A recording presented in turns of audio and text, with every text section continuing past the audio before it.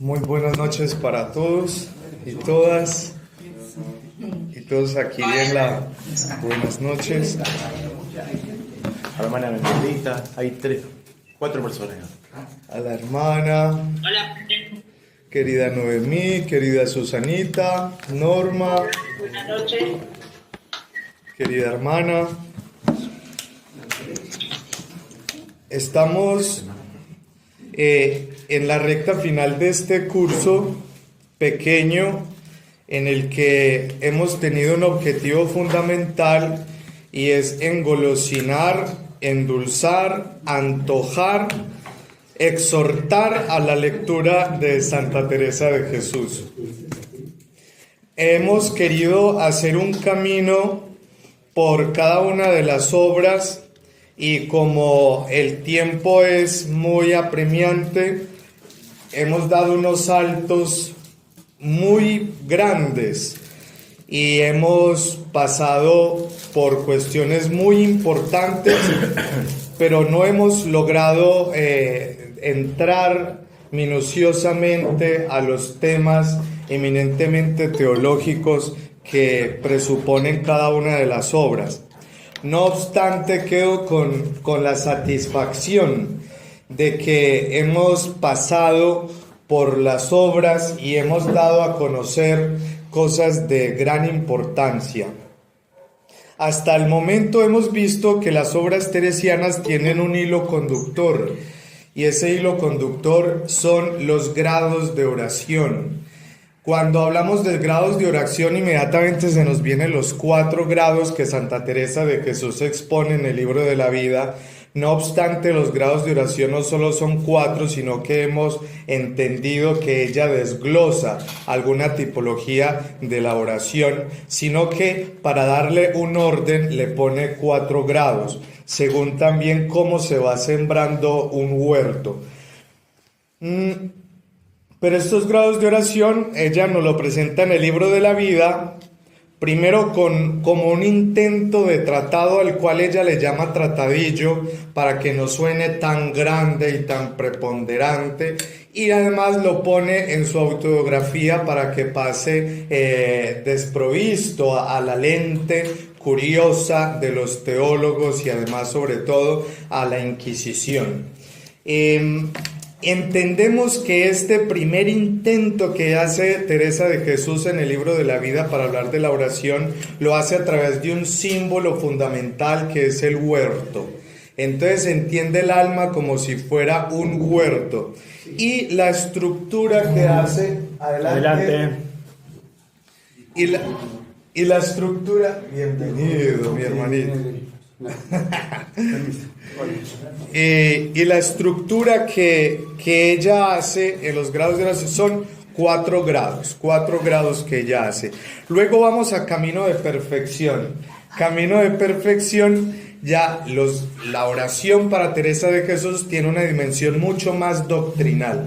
Si nos dimos cuenta, tiene un contenido más de enseñanza. Y aquí no utiliza símbolos, porque entonces ella pretende ser un poquito más estructurada y teológica.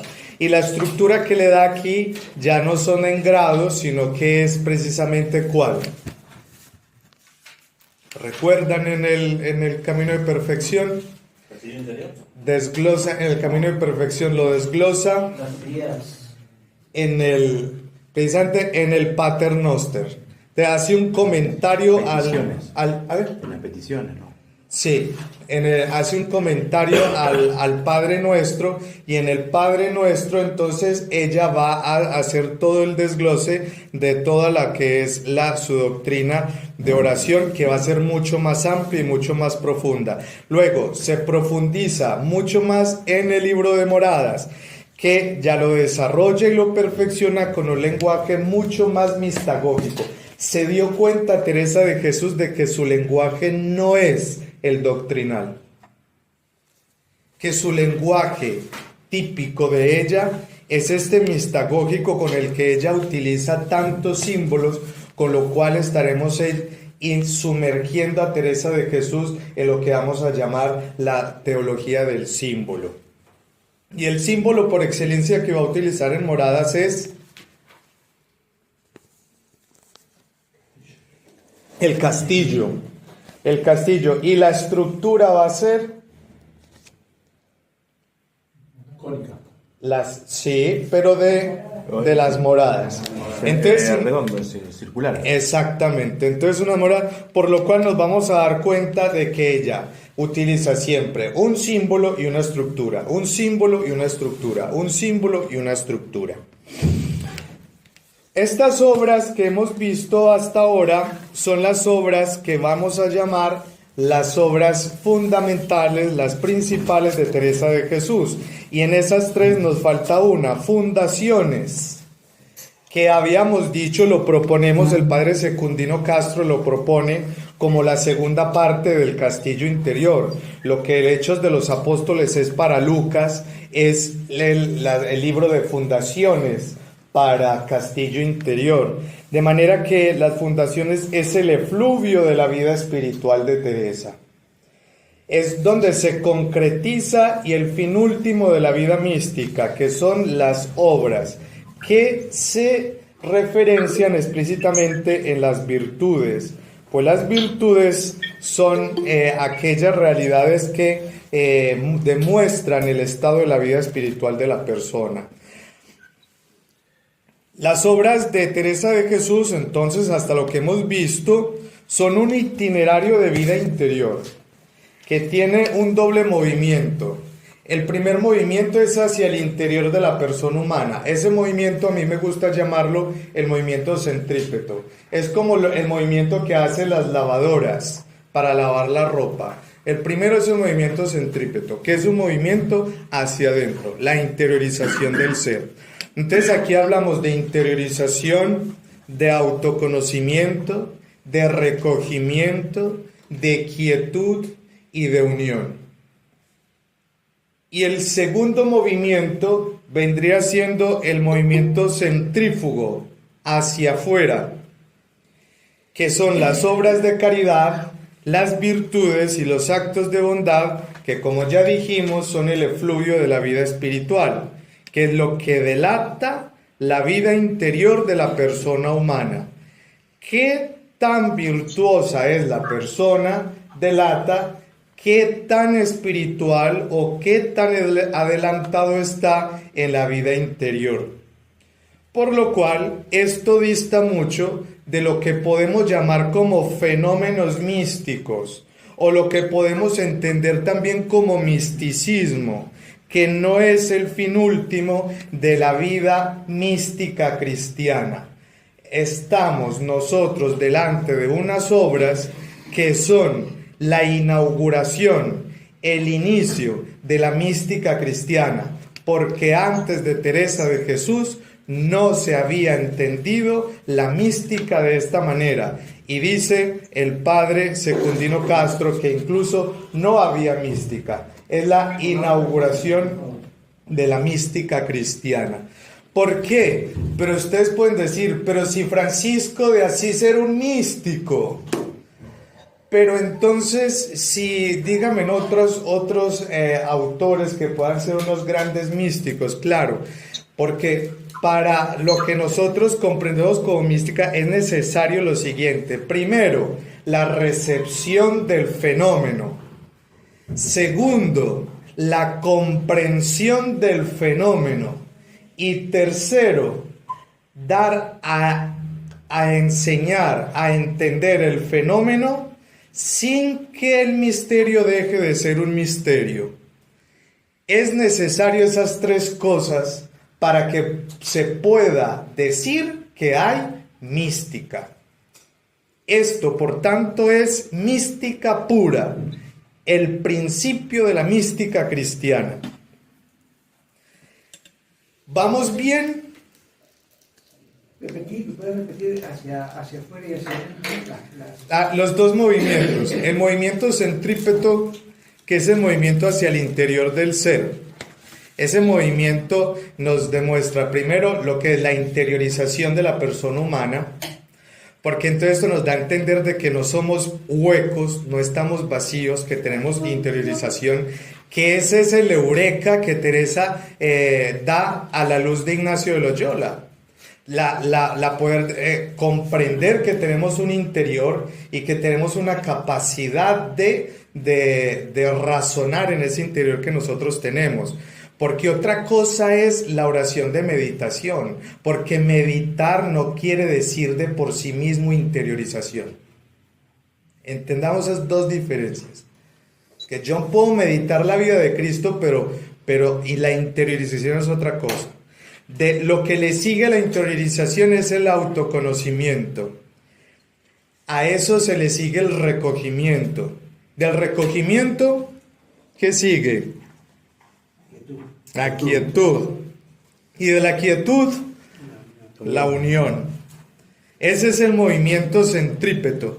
Y luego el movimiento centrífugo son las obras de caridad, las virtudes y los actos de bondad que Teresa de Jesús va a hablar como obra de caridad en el capítulo 22 del Libro de la Vida. Santa Teresa de Jesús no tenía el catecismo que nosotros tuvimos. Ella no entiende bien cómo hablar de obras. Ella habla de obras buenas, obras malas, obras del espíritu, del buen espíritu, obras del mal espíritu, pero solo una vez va a decir obra de caridad. Entonces eso es. ¿Vamos bien? ¿Alguna pregunta por aquí?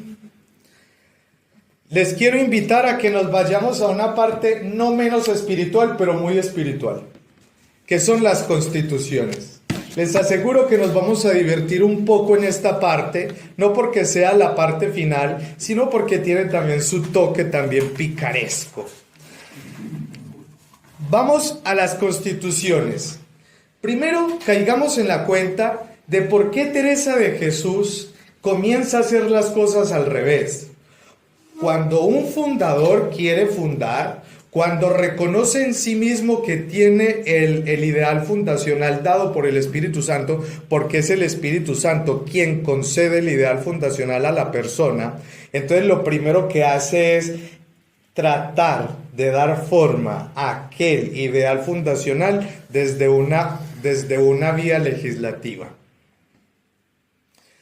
Teresa de Jesús comienza a darle forma, es a partir del camino de perfección. Entonces, ¿para qué estamos aquí unidas? ¿Para qué nos juntó el Señor? ¿Y qué es nuestro deber ser como carmelitas? Entonces, ahí ustedes ya vieron que en los primeros 3 capítulos del camino de perfección, Teresa de Jesús les va a decir para qué estamos aquí. Les dice, lo primero, la virtud de la pobreza, y además les dice que para ser contemplativas, que es la razón fundamental del Carmelo, tienen que tener 3 virtudes. ¿Cuáles son las 3 virtudes? Humildad Y el amor. Muy bien, perfecto. Ya se ganaron el dulce que el Padre nos estaba dando. Bueno, entonces hablamos de esas 3. Recuerden, son 3 virtudes que dice Teresa de Jesús que son fundamentales para ir adelante en la vida contemplativa. Sin esas 3 no podemos ir tan adelante. Capítulo 3 del Camino de Perfección.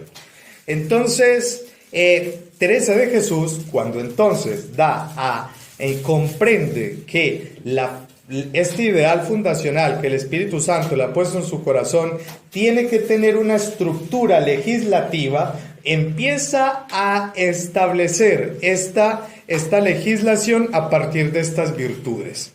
Entonces, metámonos en las constituciones y en la mente de Teresa de Jesús. Va a hacer primero ella las normas prácticas, lo orden práctico, lo fundamental. Es capítulo primero. Les va a hablar de la vida espiritual. Les va a decir cómo vamos a vivir aquí siendo espirituales.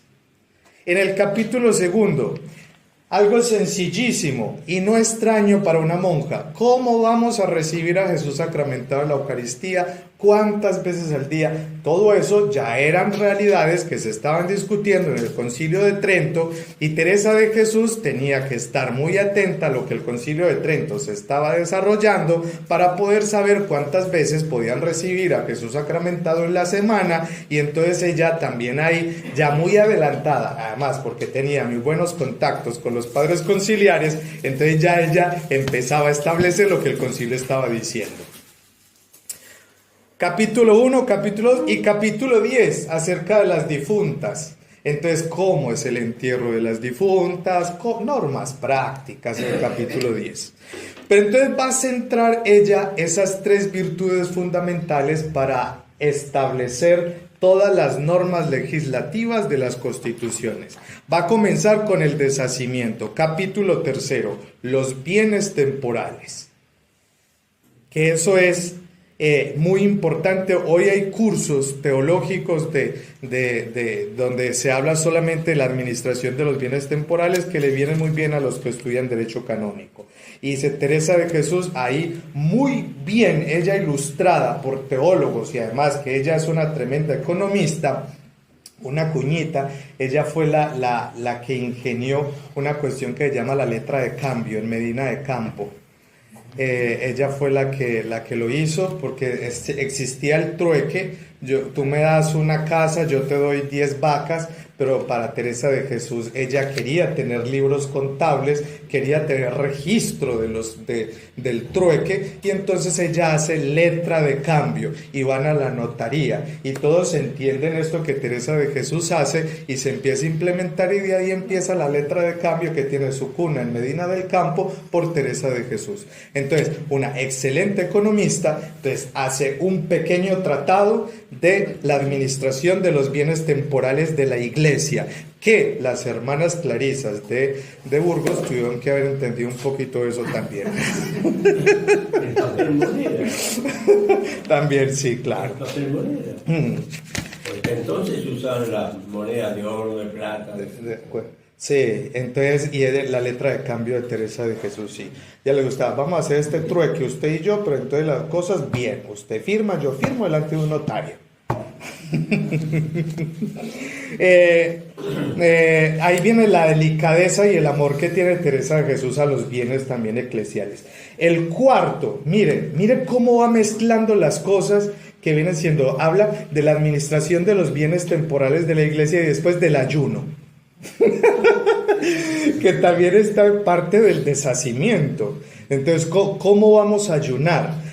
Obviamente, recuerden que Teresa de Jesús, en este momento de su vida mística, cuando escribe ya las constituciones, no es muy amiga de este tipo de mortificación tan tremenda que existía en su época. Incluso para ella le cuesta demasiado, porque ya ha vivido cosas tan difíciles de saber de que la gente que se mortifica tanto realmente no es evidencia de santidad. Para Teresa de Jesús, la evidencia de la vida de santidad y experiencia mística, ¿cuáles son? Exacto, perfecto. Entonces, ¿cómo vamos a hacer los ayunos? Venga pues, entonces, a ver las novicias. Usted me va a pedir ayuno, entonces venga, yo le digo cómo van a hacer los ayunos. Y si usted está haciendo, si usted le toca hacer la huerta, obviamente la huerta usted va a estar expuesta al sol y no puede hacer mucho ayuno. Entonces, la que le toca la huerta está desprovista de ayuno, no puede pedir ayuno. ¿No les parece un acto supremo de humanidad? Sí. Capítulo 5, la clausura. Claro, entonces también es un acto de deshacimiento, porque es la manera en que uno ya no está asido al mundo, sino que está dentro de un contexto circunstancial que allí Teresa de Jesús, para que sepan, tiene una gran innovación para la vida monástica. No habla tanto de la reja como la sujeción de la estructura de una vida de clausura monástica. No habla de la reja, sino de una cultura, la cultura de una vida monástica, que es lo que el Papa Francisco va a hablar ahora en el Coronas y en el Vultus Dei Quaerere, que son 2 documentos bellísimos donde no va a hablar ni de rejas, y que también va a decir de cierta manera que también entre las rejas se nos entra el mundo. Las rejas no va a certificar una vida monástica, sino que vamos a hablar de una cultura de vida de clausura. Esto es una innovación de Teresa de Jesús a la vida monástica de la Iglesia Romana Latina. Seguimos con la virtud del amor. Lo primero, capítulo 6, ¿cómo vamos a formar a las novicias? Ya les había dicho que fundaciones, por allá en el capítulo 16, Teresa de Jesús, y capítulo 23 y otros capítulos más, Teresa de Jesús va a hablar del perfil de la priora, que tiene que ser una mujer amorosa y que tiene que hacer que la respeten y la obedezcan por el amor, no por el miedo. Entonces aquí Teresa de Jesús va a hablar de la formación de las novicias con amor, con amor. Esto parece escandaloso, pero es una innovación tremenda también en la vida monástica, porque recuerden que las relaciones afectivas no estaban como tan bien vistas. No, usted tiene que ser amada para que sea obedecida, le dice también a las maestras de novicias, y que se amen las unas con las otras. Amar, pero ¿cómo que amar? O sea, viviendo juntas, eso se presta para muchas cosas dentro de un monasterio. No, el requisito es amarse. Es legal, porque ya estamos hablando de una constitución legislativa, el amor. 7. Los oficios humildes, los oficios más bajos. ¿Y cómo hacer los oficios bajos? Incluso los oficios bajos, aquí también entendiendo ella las cuestiones también psíquicas de las monjas. Porque entonces si hay una monja, ella dice, trata como las monjas que son nostálgicas, las trata como enfermas. Es como una especie de depresión. Lo que entendemos hoy por depresión, ella la hablaba como nostalgia, y entonces también con ellas brindarles buenos oficios que se entretengan para la salud de la mente. Entonces ella también habla de los oficios precisamente para una buena salud mental, para estar entretenidas y hacer los oficios con amor. Y el 8º capítulo, el trato con las enfermas, que esto para ella es supremamente delicado. El trato con las enfermas ya es la cúspide de una experiencia amorosa. Nos falta una virtud.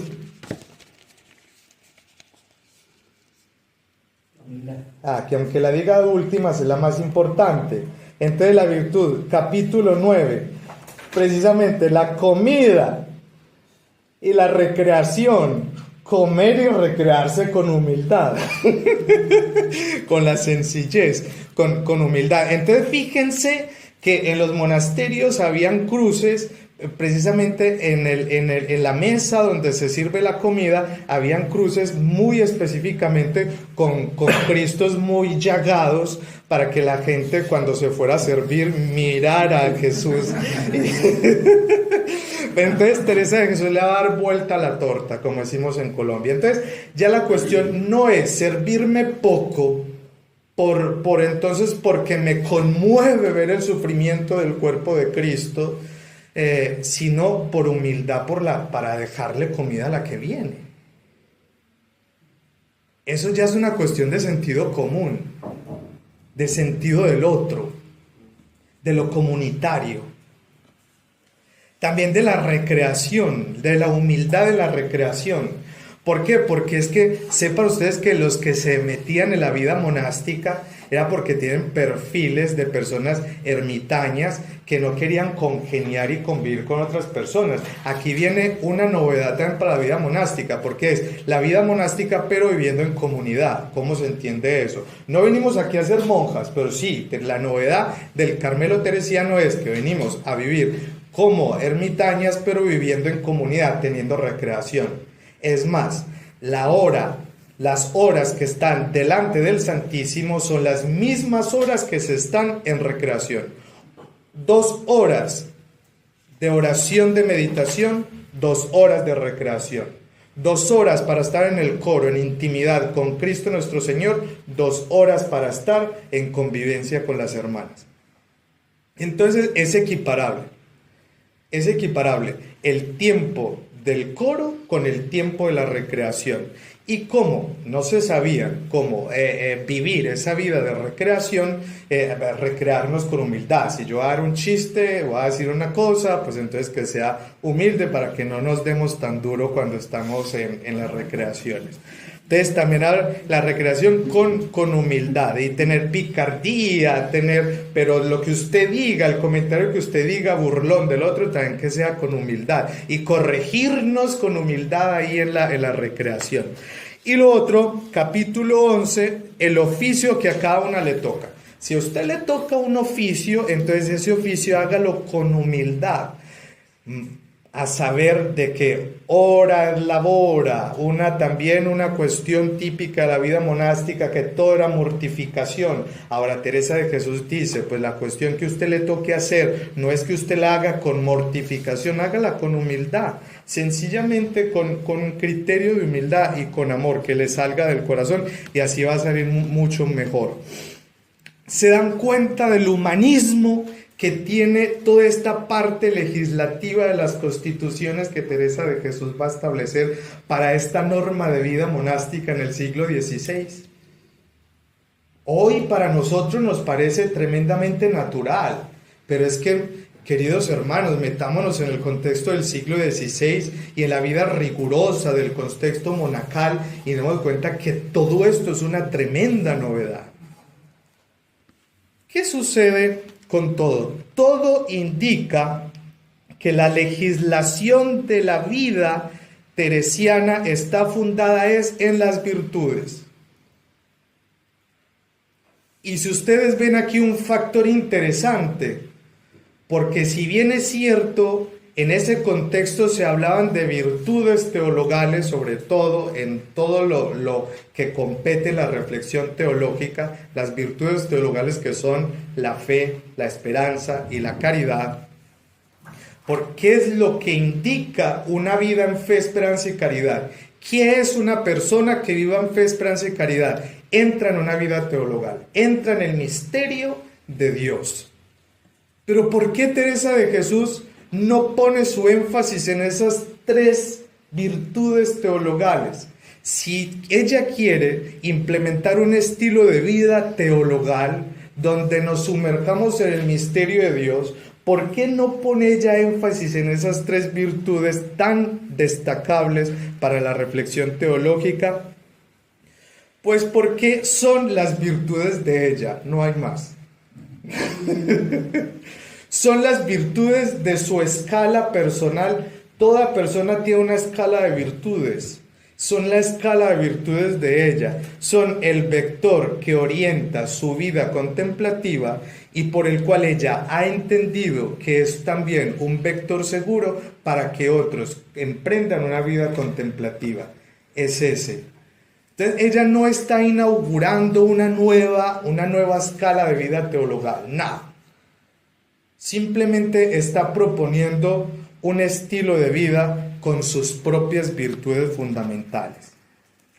Una comunidad de vida orante debe llevar la virtud como un lineamiento de vida, haciendo la vida de Cristo, las virtudes de la vida de Cristo, su propia norma. Pero Teresa de Jesús aquí va a hacer algo. Y lo voy a decir también con la humildad que esto representa. Y es que estas tres virtudes, el deshacimiento, el amor y la humildad, que son virtudes propias de Teresa de Jesús, ella las expone como norma porque ella se sabe, ella misma, como poseedora de un carisma fundacional. Ella se sabe a sí misma como poseedora de un carisma fundacional. Su propia vida, su manera de seguir a Cristo, es para ella el carisma fundacional. ¿Se comprende? De manera que Teresa de Jesús es la normativa no normada de los carmelitas. A mí me encanta esto porque el padre Alberto Múnera jesuita de la Javeriana que me dio teología fundamental y teología moral, nos hablaba de Cristo como la norma normativa no normada. Eso mismo lo llevo yo al plano del Carmelo. Para nosotros, la norma normativa no normada es la vida de Teresa de Jesús, porque queremos seguir a Cristo a la manera en que Teresa de Jesús lo siguió. Y ella lo siguió con estas virtudes que fueron su vector por el cual la llevó a una vida contemplativa. Entonces su propia manera de ser, ella lo convierte en un carisma. Y las virtudes teresianas son nuestra legislación. ¿Se comprende todo esto? Pero aquí no terminan las constituciones. Viene nuestro querido Padre Gracián, al que Teresa de Jesús amó con locura. Muchos creen que la relación amorosa que tuvo San Juan de la Cruz con Teresa de Jesús era una cosa espléndida. No se compara con lo que tuvo con el Padre Gracián. Y aquí tenemos que ser también nosotros objetivos y humanos. También reconocer de que los santos tenían también sus afectos. Y aquí no vamos a hablar de afectos desordenados y tampoco vamos a juzgar a alguien después de 5 siglos. Pero ciertamente Teresa de Jesús tuvo un afecto tremendo con el Padre Gracián. Sus cartas lo indican. Muchas de las palabras que Teresa de Jesús dirigía al Padre Gracián no se las dirigió a nadie. Y esa templanza que tenía Teresa de Jesús se desvanecía ante la figura de Gracián. Estaba sujeta a su voluntad, a la de él, tanto que le llamaba el capitán de mi alma. Viene nuestro Padre Gracián, un padre que tenía ya una fuerza y una tenacidad así grande, y dices, pero mi querida Madre Teresa de Jesús, por aquí falta algo. ¿Qué falta? Le voy a anexar unas cositas. Capítulo 12, capítulo de culpas graves. Capítulo 13, capítulo de leves culpas. Siguiente capítulo, de medianas culpas. Siguiente capítulo, graves culpas. Siguiente capítulo, más graves culpas. Siguiente capítulo, gravísimas culpas.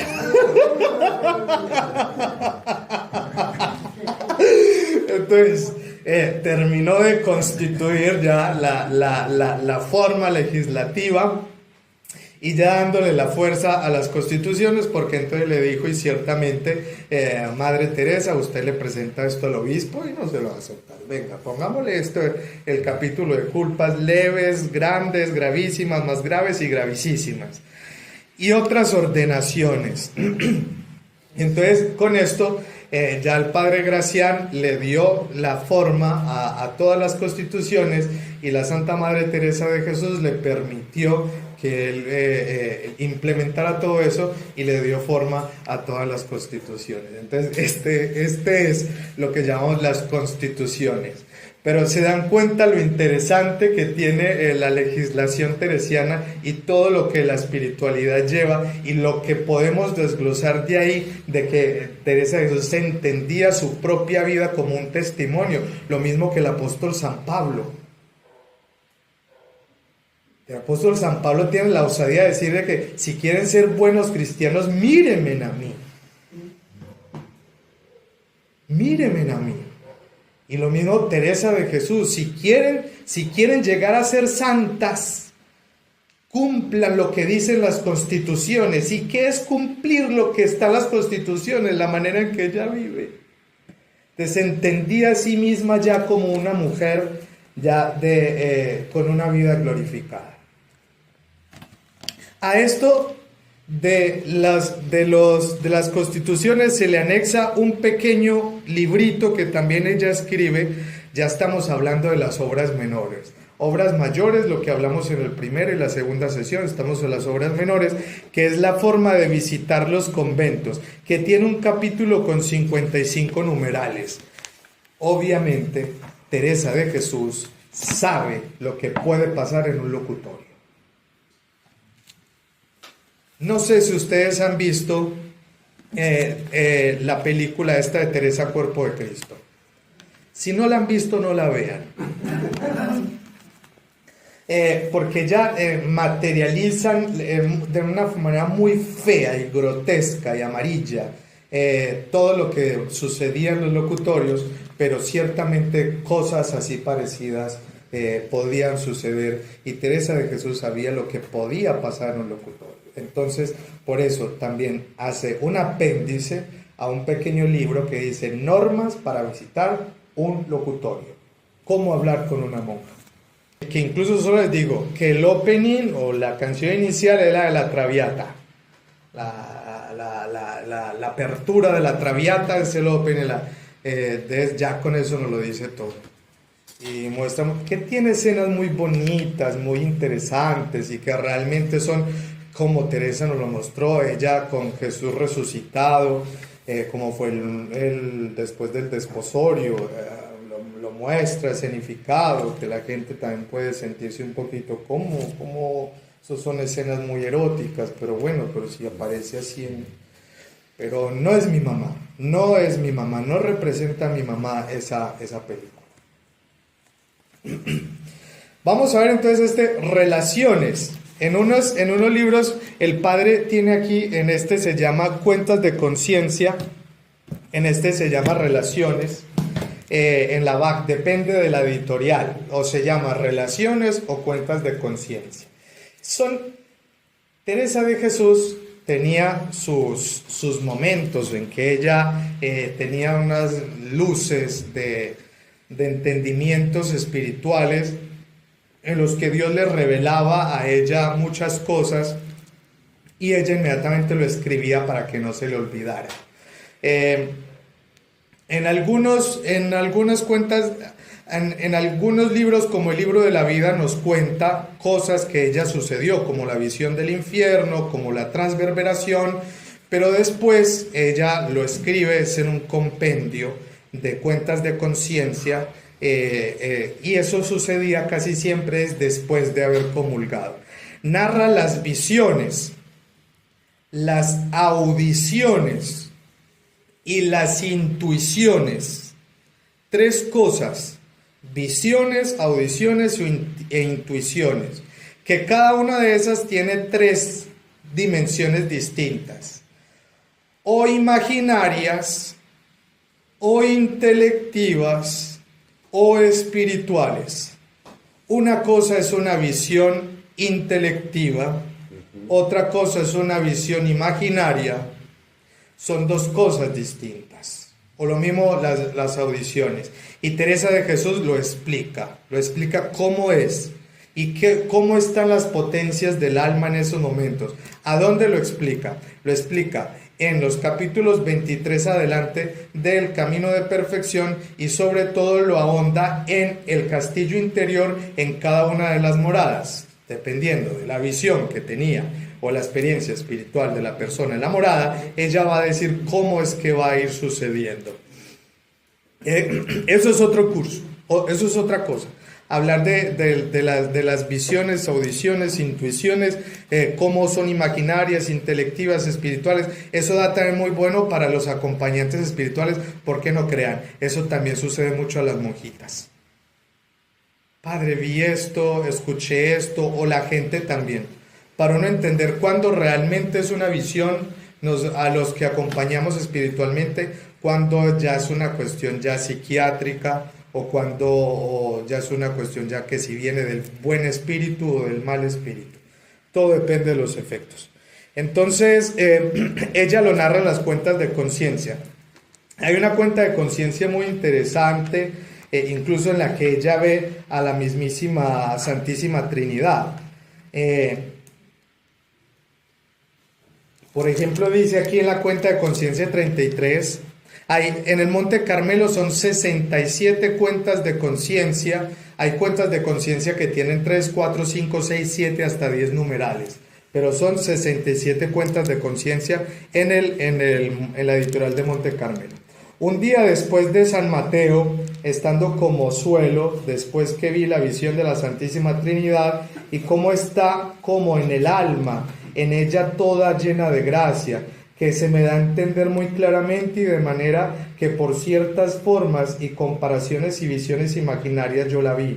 Y aunque otras veces se me ha dado a entender por visión la Santísima Trinidad de forma intelectiva, ¿sí ve? Ya la había visto de forma imaginaria, ya la había visto de forma intelectiva, pero esta vez la vio fue imaginaria.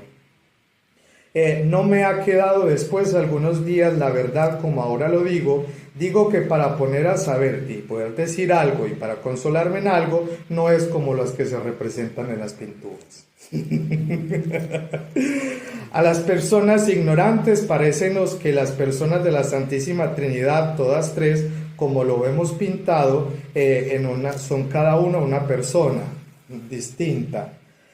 A manera que cuando se le pinta en un cuadro con tres rostros, y así nos espanta tanto que parece cosa imposible que no hay quien ose pensar en ello, porque el entendimiento se embaraza y teme dudoso la verdad y luego quita toda ganancia. Entonces mire, es una cosa, si se pone a ver, pero es que esto que estoy viendo en la visión imaginaria no es como lo pintan los cuadros, entonces se embaraza el entendimiento, esto sí es de Dios, sí es no, y le quita toda ganancia. Por eso ella prefiere no ponerse a razonar estas visiones imaginarias. Pero son cosas así, esto es un ejemplo que les doy de tantas otras cosas que Teresa de Jesús. Por ejemplo, aquí en la 35, el matrimonio espiritual, cuando Teresa de Jesús ve a Jesús resucitado y se hace esposa. Le dice Jesús: mira este clavo, que es señal que serás mi esposa desde hoy. Hasta ahora no lo había merecido. De aquí en adelante, no solo como criador y como rey y como tu Dios, mirarás mi honra, sino como verdadera esposa mía. Mi honra es la tuya y la tuya es la mía. Esta ya es una audición, porque también habían visiones con audiciones, las dos juntas. Y entonces es interesante. Y ella expresa cómo sucede todo esto. Vale. Pasemos a otro libro pequeño. Conceptos de amor de Dios. Es un término muy interesante. Conceptos de amor de Dios. Pero realmente el término es porque no fue un título censurado, tachado. ¿Cómo se le ocurre, Madre Teresa, a usted decir meditación sobre algunas palabras del libro del Cantar de los Cantares? Usted no es una teóloga para ponerse a hacer meditaciones de las Sagradas Escrituras. Entonces, conceptos de amor de Dios. Pero entonces, ella se le ocurre hacer una meditación al Cantar de los Cantares. Quiso hacerle una meditación a todo el Cantar de los Cantares, pero finalmente no lo hizo. Tiene 7 pequeños capítulos. Interesante. ¿No se dan cuenta que para Teresa de Jesús el número 7 es algo como muy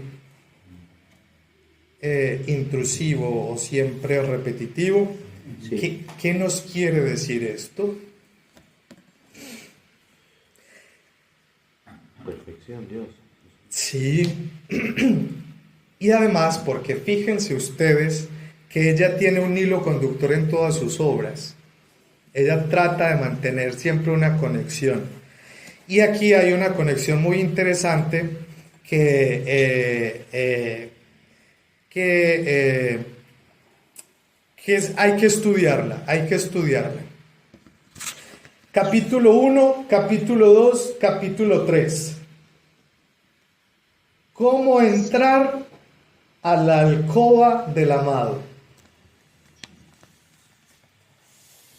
Habíamos ya entendido en el libro de la vida que Teresa de Jesús comienza a hablar de la vida espiritual, cómo hacer del alma un huerto, un jardín, que primero es un muladar, y cómo convertir de un muladar a un jardín lleno de flores. ¿Para qué? Para que Jesús venga y se recueste entre las flores y se recree entre sus colores y entre los aromas, y además para que se coma las frutas. Esto no es innovación de Teresa de Jesús. Esto es una tradición de vida espiritual, de reflexiones espirituales que Teresa de Jesús recoge y que ya se concentra en el Carmelo, y que yo les dije a ustedes de que aquí nace toda una horticultura mística que podemos llamar, que eso es lo que quiero en adelante hacer en mi tesis doctoral, toda la horticultura mística carmelitana. Y entonces, y luego, ahora, el símbolo que utiliza ya luego a Teresa de Jesús en Castillo Interior es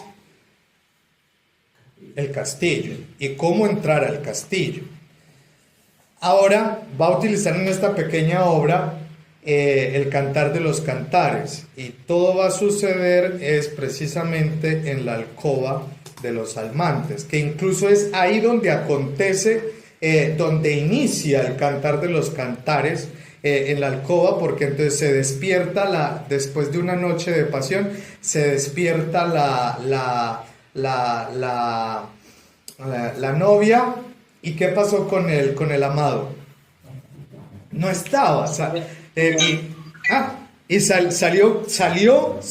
de la alcoba así de madrugada, corriendo, preguntando que quién había visto a su amor, entre las flores, entre los campos, todo porque era primavera, preguntándole a todos quién había visto el amor de su vida. Algo les recuerda también a ustedes la resurrección del Evangelio de Juan. Entonces Teresa de Jesús va a hacer también toda esta cuestión y comienza, pero ¿cómo entrar en el tálamo? ¿Cómo entrar en la...? Entonces primero habla, ¿cómo convertir un muladar en un huerto? Después, ¿cómo entrar al castillo? Y ya después es cómo entrar a la alcoba. Capítulo 1, capítulo 2 y capítulo 3. Pues, ¿qué serían estos 3 capítulos porque aquí no ha comenzado a hacer todavía su meditación, no está todavía, simplemente está poniendo los presupuestos de cómo entrar, cómo disponernos. Esta es la vía ascética, la purgativa, cómo purificarnos. Capítulo 3. Se adelanta mucho ella porque entonces ya estando adentro de la habitación de la alcoba, comienza, béseme con los besos de tu boca. Capítulo 1 del Cantar de los Cantares, versículo 1. Aquí habla entonces, ese beso lo que hace, tiene un efecto de que ese beso recoge todas las potencias. Y ese beso lo que hace es recogerlas y casi que queda rendida las potencias con ese beso. Capítulo 4. Más vale tus pechos que el vino, que dan de sí fragancia de muy buenos olores. Cántico 1, versículo 1 y 2. Aquí va a hablar de la oración de quietud. Porque entonces, después de ese beso, hay caricias y lo que hace es recostarse en el pecho del amado. Entonces ahí se aquietan las potencias, recostadas en el pecho del amado. Todo comienza así suavecito. Sentéme, capítulo 5. Sentéme a la sombra del que deseaba, y su fruto es dulce para mi garganta. Cantar de los Cantares, capítulo 2, numeral 3. Entonces, aquí estamos hablando de la unión simple. Ya comienza a Teresa de Jesús a tener ya un lenguaje más de unión, y habla de las degustaciones del Espíritu Santo. El Espíritu Santo, aquí empieza toda la neumatología teresiana. Recuerden que Teresa de Jesús tiene a sus ancestros son judíos, Entonces ella tiene una experiencia de Dios Padre muy interesante que le enseña a su abuelo, su padre y su madre, pero ella va descubriendo desde su experiencia espiritual es a Cristo. Apenas en el capítulo 8 del libro de la vida habla Cristo, y ya ahora empieza a hablar del Espíritu Santo. Toda la neumatología teresiana, que es el que hace degustar a la persona el dulce sabor de la unión con Cristo. Entonces le sabe el alma, le sabe, el fruto dulce que ahora está probando. Capítulo 6. Metióme el rey en la bodega del vino. Espere, ¿ya no estaba en la habitación? No, al parecer dentro de la habitación había una compuerta y se bajaron por la compuerta y la metió a la bodega del vino. Y bueno, allí le dio de probar y ordenó la caridad. Cantar de los Cantares 2.4, que es el capítulo 6, la unión plena o el desposorio.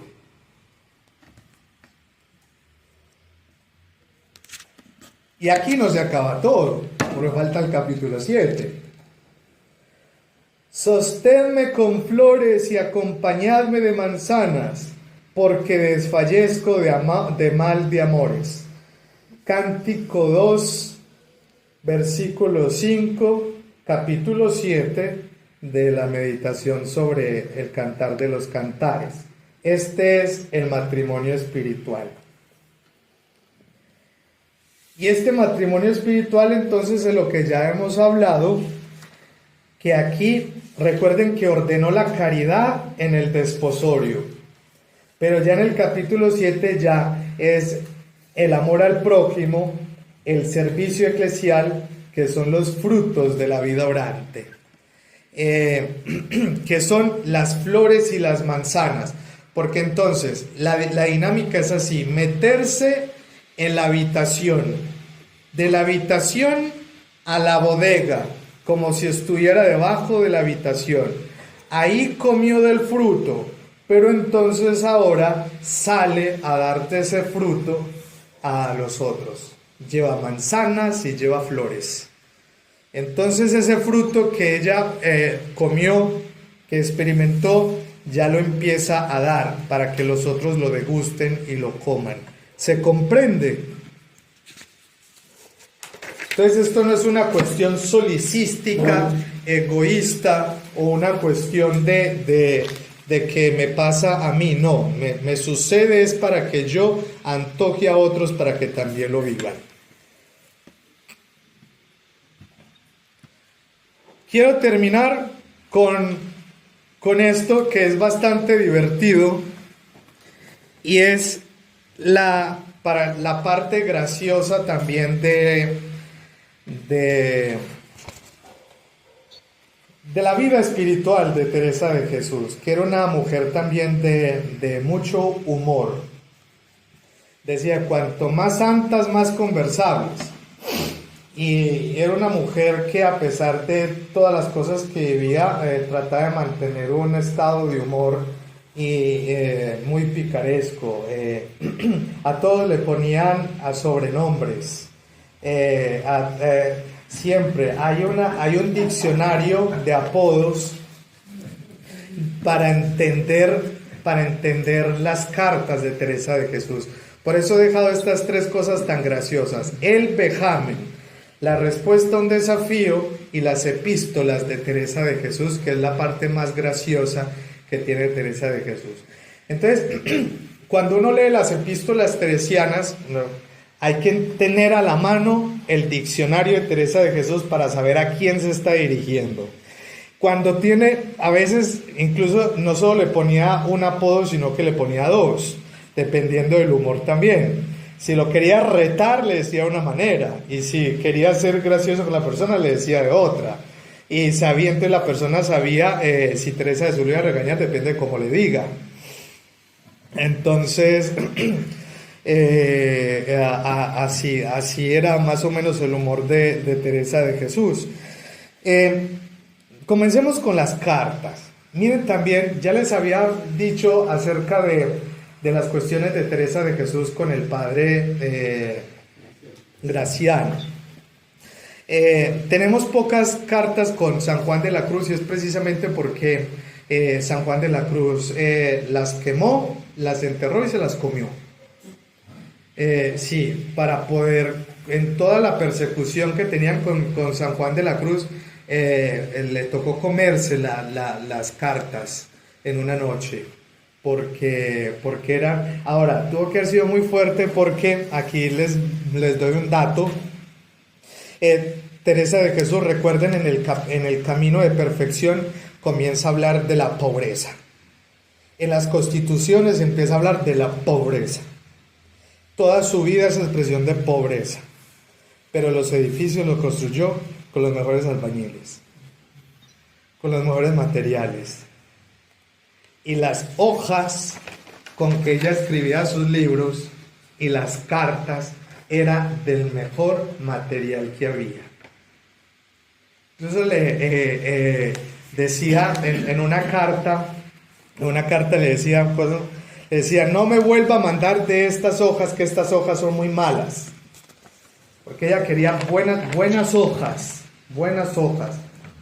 Ya se entendía por qué, porque ella quería que esto se perpetuara.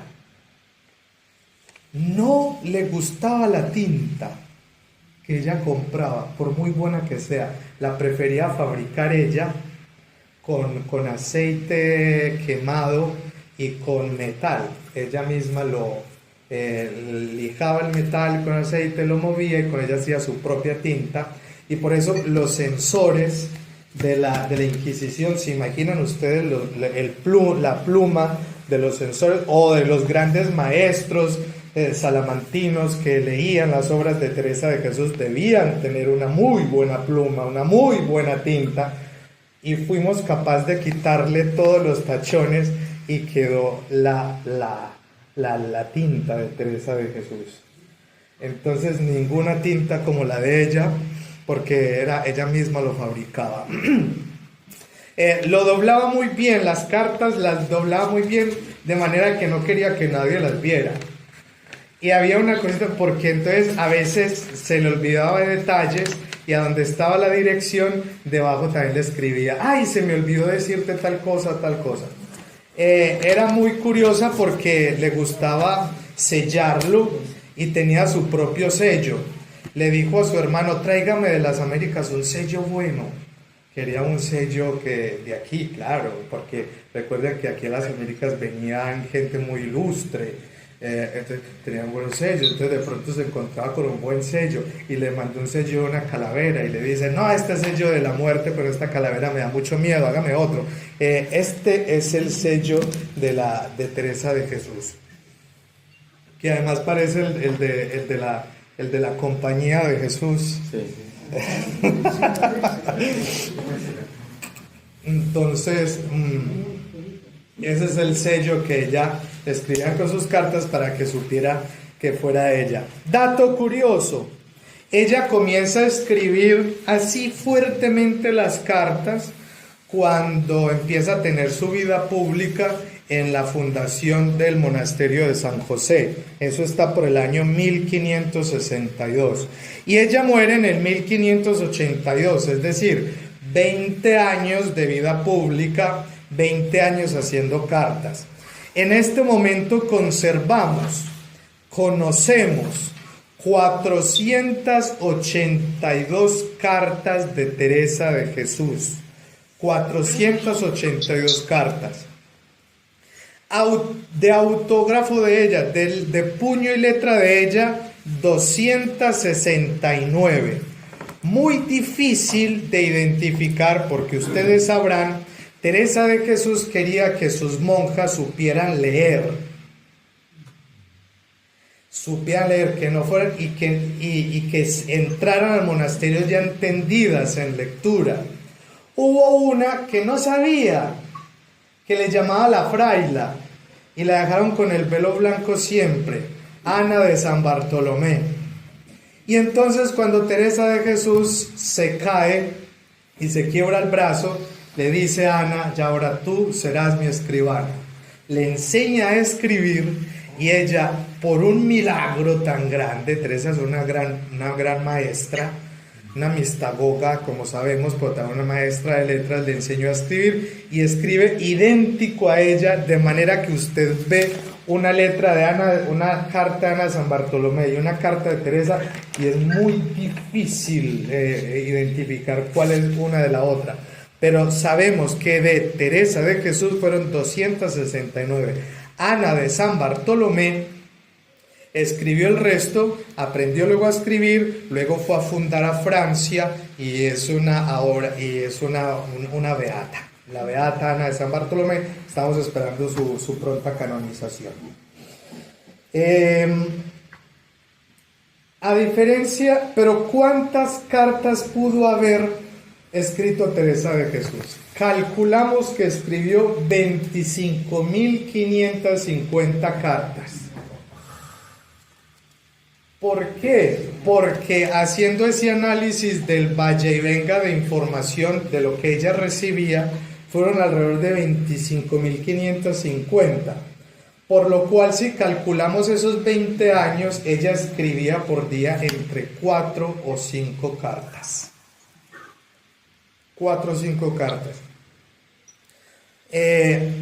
¿Por qué también se calcula? Porque ese es el alrededor de cartas que recibió Teresa de Jesús, y Teresa de Jesús, toda carta que recibía, toda carta respondía.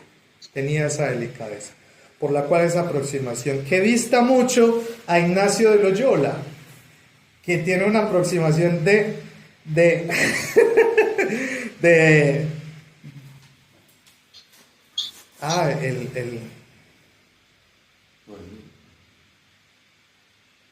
Claro, pero es que Ignacio de Loyola, aquí perdí el dato, no lo escribí. Pero Ignacio de Loyola tuvo también muchos escribanos, tuvo muchos, pero él también tuvo muchos. Cuestión, es bastante larga esta cuestión de las cartas. Me parece muy interesante, por ejemplo, cuando cosas así. Quería mucho la priora, una priora que se me va el nombre, de Sevilla, que hacían unas masitas deliciosas. Y entonces le decía, hermana, deliciosas las masitas, pero las galletitas, pero se destruyeron en el camino. Tenga la amabilidad de mandarme otras, pero bien empacadas. Entonces ella se hacía todas las excusas para que les mandara cosas, le encantaban los detalles, siempre mandaba alguna cosita, le mandaba estampitas, cositas. Entonces era una mujer muy detallista,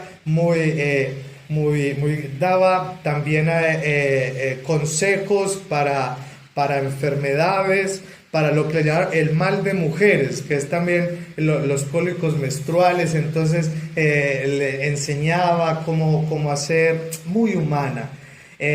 A las monjas, por ejemplo, también de Sevilla, que intercambiaba mucho con ellas, les decía, con ese calor quítense los velos, oren sin el velo. Oren sin el velo, con ese calor. Claro, entonces datos así muy curiosos. Ahora, el desafío. Resulta que había un juego medieval muy caballeresco de los varones que se subían en caballo y había como una piedra fuerte, pesada, que la tenían que atrapar. Y el que la atrapara ganaba. Bueno, el padre Gracián apenas era el maestro de novicios y estaba en Pastrana, y entonces quiso hacer este desafío, pero la piedra no era precisamente un balón, sino que era una cuestión, un desafío espiritual. No sabemos cuál era el desafío, pero resulta que la priora, que en el monasterio de la Encarnación, 1577, recuerden, 1577, el año en que Teresa de Jesús escribe Castillo Interior, ese año tan difícil para ella, Pues entonces, para menguar ese momento tan difícil, el padre Gracián, y para bajarle los ánimos a esas monjas de la Encarnación, el padre Gracián hace un jueguito. Vamos a jugar una cosita. El que me haga este desafío espiritual, no sabemos cuál fue. Podemos suponer que fue algún sacrificio o repetir 3000 veces la oración de Jesús, alguna cosa así. Pero entonces Santa Teresa de Jesús respondió además muy jocosamente a ese desafío, y fue la primera. Era un cartel que pusieron en una puerta. Haga de cuenta lo que hizo Lutero en la puerta de la catedral, que llamó tanta... Ese cartel, ¿quién lo puso? ¿Qué es eso? Un desafío espiritual. Teresa de Jesús lo leyó, no le gustó y le dijo, bueno, habiendo visto este cartel, pareció que no llegarían nuestras fuerzas a poder entrar en campo con tan valiosos y esforzados caballeros. O sea, difícil ese desafío que puso Gracián, porque tendría cierta la victoria y nos dejaría del todo despojadas de nuestros bienes, y aún por ventura acobardadas para no hacer eso poco que podemos. Visto esto, ninguna firmo, y Teresa de Jesús menos que todas. Esto es gran verdad sin ficción. No quiso firmar, dice, yo a este desafío no me le apunto. Otras monjas sí respondieron al desafío, a ese desafío espiritual. 28 monjas escribieron el desafío espiritual. No sabemos quién ganó, pero bueno, una parte jocosa. Sí jugaban entre los monasterios. Este monasterio desafiaba a este desafiaba a este. Me acuerdo yo en pandemia, yo tenía 16 postulantes, era maestro de postulantes, y nos inventamos hacer el desafío espiritual entre los postulantados del mundo entero. Entonces este postulantado desafiaba al postulantado de Honduras, y el postulantado de Honduras desafiaba al postulantado de New Jersey, y así nos hacíamos desafíos espirituales, pero no desafíos como los que el padre Gracián puso, porque estos eran muy fuertes. Pues Teresa de Jesús hizo su propio desafío que se llama el vejamen. Y después de una comunión, escuchó que el Señor le dijo, búscate en mí. Búscate en mí. ¿Y qué? Búscate en mí. Búscate en mí. ¿Qué es eso? Pues entonces Teresa, no sabiendo qué es búscate en mí, y como el Señor tampoco le aclaró, pues entonces le quiso hacer el desafío a sus más allegados. El primero, Lorenzo de Cepeda, al hermano que tanto amaba. Segundo, a Julián de Ávila. Tercero, a Francisco de Salcedo. Y cuarto, a Juan de la Cruz. Entonces lo citó en locutorio de San José. Y todos decían, ¿pero qué es? Y les dijo, bueno, ustedes van a pensar que es esto, búscate en mí, y me dicen que. Y cada uno le dio su respuesta. Es interesantísimo esto que Teresa de Jesús. Por ejemplo, a Francisco de Salcedo. Mire cómo le responde a Francisco, una partecita, la parte final de Francisco de Salcedo. Primero le dice, me extraña de usted que diga estas cosas, siendo todo un teólogo ilustrado. Y lo peor de todo esto es que si no se desdice usted, habré de denunciarle a la Inquisición, que está muy cerca, además porque él fue de la Inquisición. Porque después de venir todo el papel diciendo, porque fueron muchos folios los que le mandó, todos estos papeles diciendo, esto es dicho de San Pablo, esto es dicho del Espíritu Santo, dice usted afirmando necedades, venga luego a enmendarse, si no, verá lo que le pasará. Un juego porque no atinó a lo que decía. Por ejemplo, a Julián de Ávila, imagínense al padre Julián de Ávila, todo un maestro allá en Salamanca, le dice, querido padre, comenzó bien y terminó mal. Entonces, A San Juan de la Cruz es al que más duro le da, y se los quiero leer todo porque este le da fuertísimo.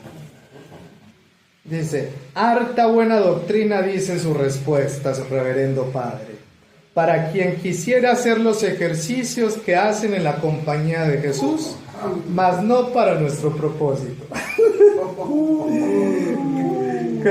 Paliti, palón. Pero esto es puro humor negro de Teresa de Jesús.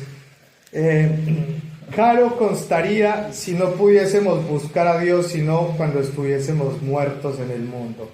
No lo estaba la Magdalena, no lo estaba la samaritana ni la cananea, y aún así lo hallaron. También trató mucho de hacerse una misma cosa con Dios en unión. Y cuando esto viniese a ser, Dios es el que quiere regalar esa merced aunque la persona no esté muerta. Dios me libre de gente tan espiritual, que todo lo quiera hacer en forma contemplativa y perfecta, como lo dice usted. Con todo le agradezco por haber respondido a este emblemático juego. Por eso es bien hablar siempre de Dios, que de donde nos ponemos nosotros nuestro propio provecho. ¡Pah! San Juan de la Cruz. Porque a San Juan de la Cruz siempre, Teresa, eso le tocaba bajarlo. Pero un momentito, no me levite tanto,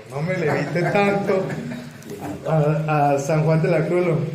Y al señor Lorenzo de Cepeda, su hermano, bueno, pobrecito, a él le da licencia y le dice: bueno, ¿cómo ha sido del señor Lorenzo de Cepeda, a quien agradezco mucho sus coplas?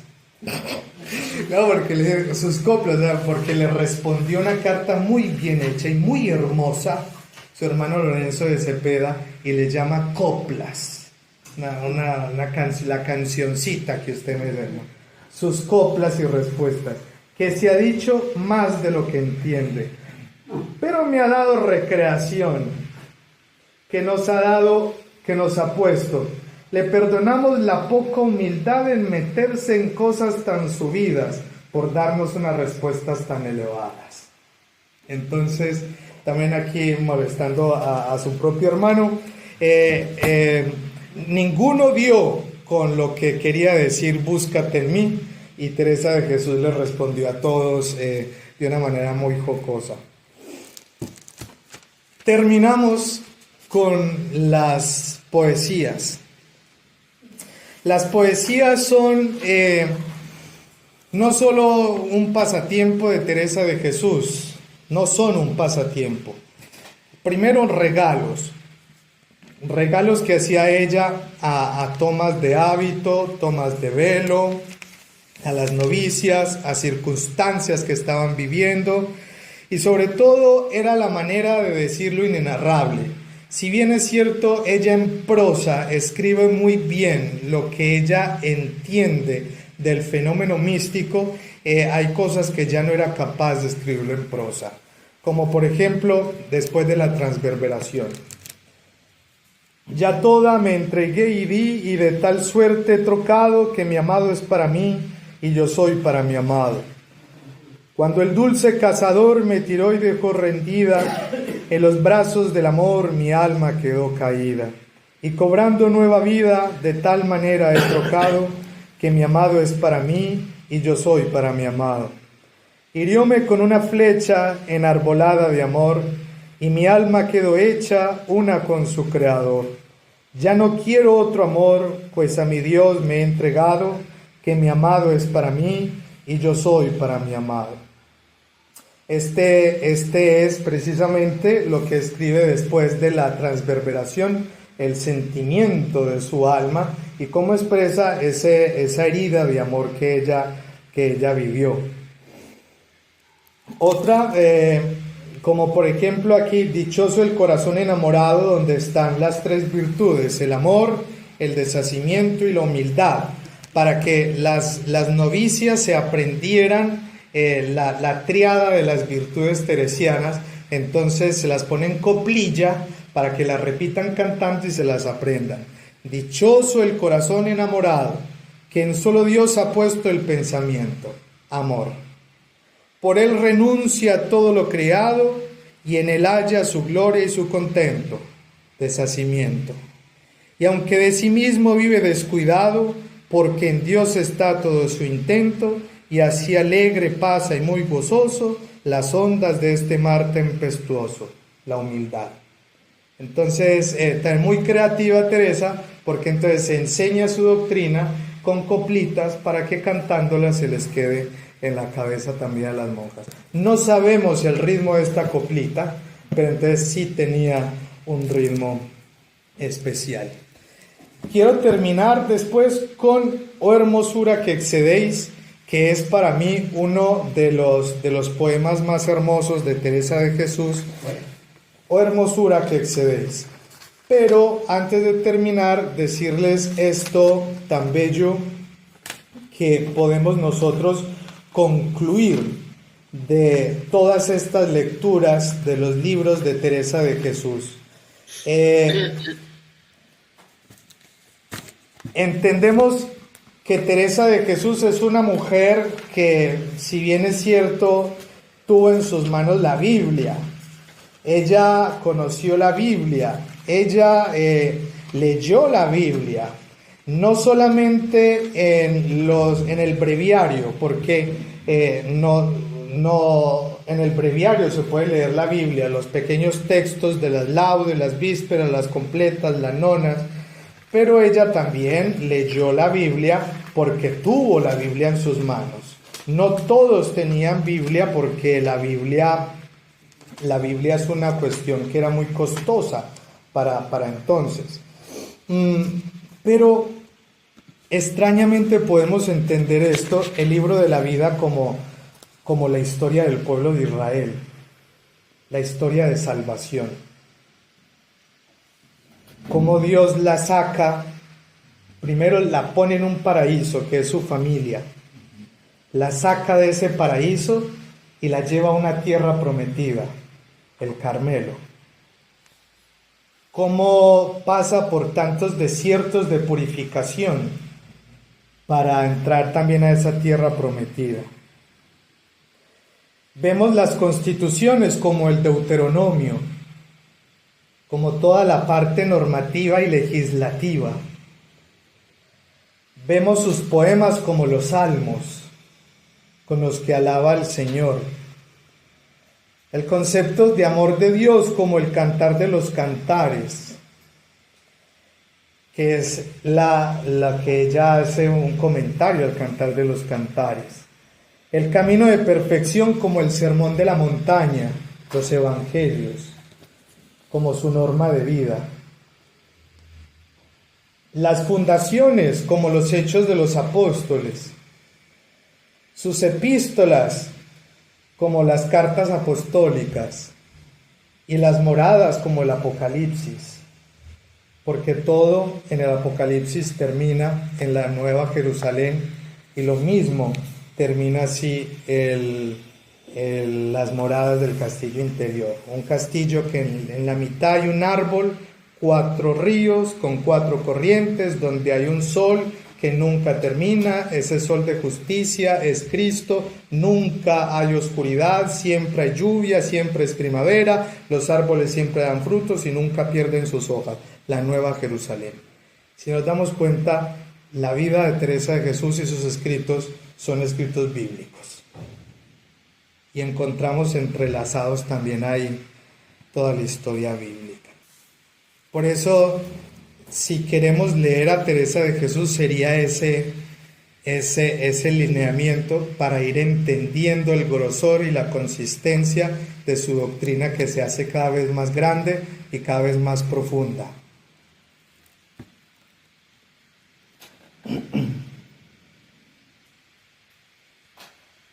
Y aunque la voz no me da y después de hablar 1 hora y media, intento exclamarles este poema tan bello de la Santa Madre Teresa de Jesús. Oh hermosura que excedéis, que es un poema que también lo escribe después de una visión de Cristo, del Cristo resucitado. Verle toda su doxa, toda su gloria, toda su belleza. Oh hermosura que excedéis a todas las hermosuras, sin herir dolor hacéis, y sin dolor deshacéis el amor de las criaturas. Como no me da la garganta, me toca declamarlo. Oñudo que así juntas dos cosas tan desiguales, no sé por qué os desatáis, pues atando fuerzas dais a tener por bien los males. Juntáis quien no tiene ser con el ser que no se acaba, sin acabar acabáis, y sin tener que amar amáis, así engrandecéis nuestra nada. Una belleza de poesía de Teresa de Jesús, después de haber visto la imagen de Jesús, y esa imagen la hace pintar y se le llama el Jesús de los ojos bonitos. Ustedes los buscan por internet, el Jesús de los ojos bonitos de Teresa de Jesús, y esa es la imagen que Teresa de Jesús vio de Jesús y lo mandó pintar y lo hacía corregir hasta que quedara como quedó impreso en su memoria, el Jesús de los ojos bonitos. Y a él le hace esta belleza de poema, oh hermosura que excedéis.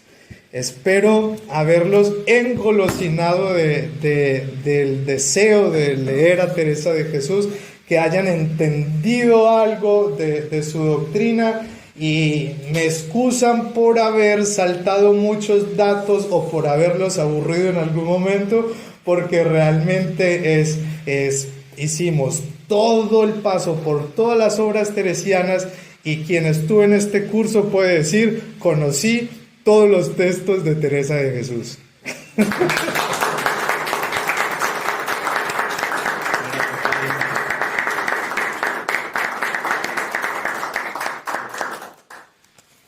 Los antojamos desde ya para San Juan de la Cruz. Porque nació después, porque es más joven, porque se...